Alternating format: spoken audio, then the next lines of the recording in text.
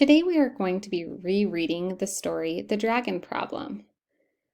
After we reread the story, you will be expected to write a summary using a frame of sentences on your next assignment.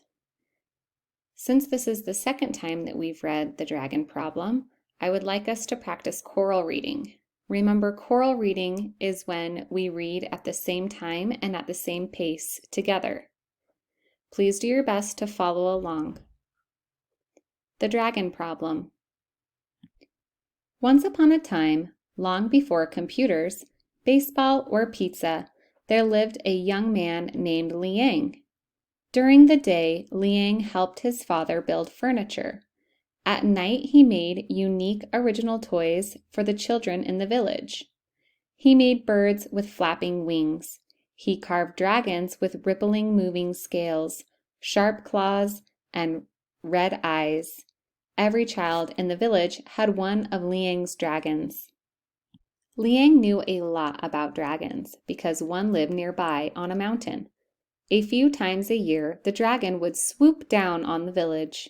He ate water buffalo, pigs, and any people unlucky enough to be around.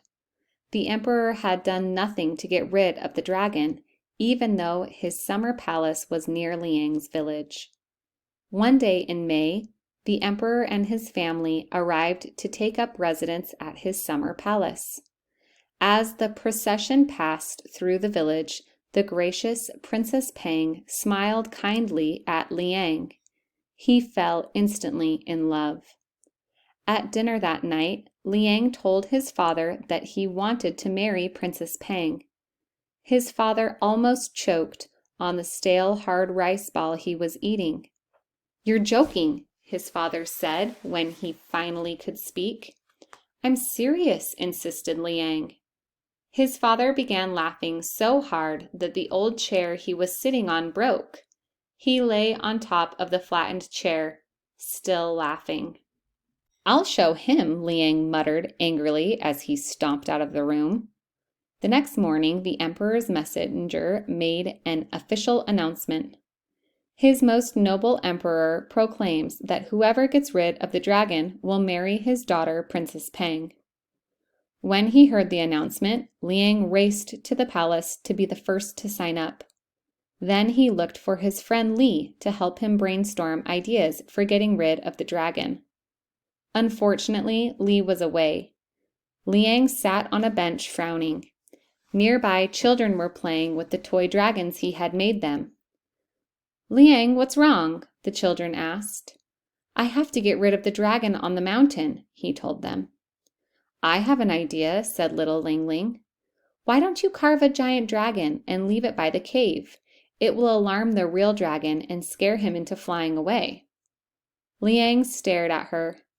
"Perfect," he shouted and rushed home. He worked frantically for days, making a huge, scary dragon's head. The night he finished, he loaded it onto a cart and went up the mountain. When he got near the cave, Liang put the wooden head on top of a big rock. From the front, it looked like the rest of the dragon's body was behind the rock. Liang hid in the bushes and gave a loud roar. "What's that noise?" growled the dragon, rushing out of his cave. Then he saw the massive dragon head glaring at him.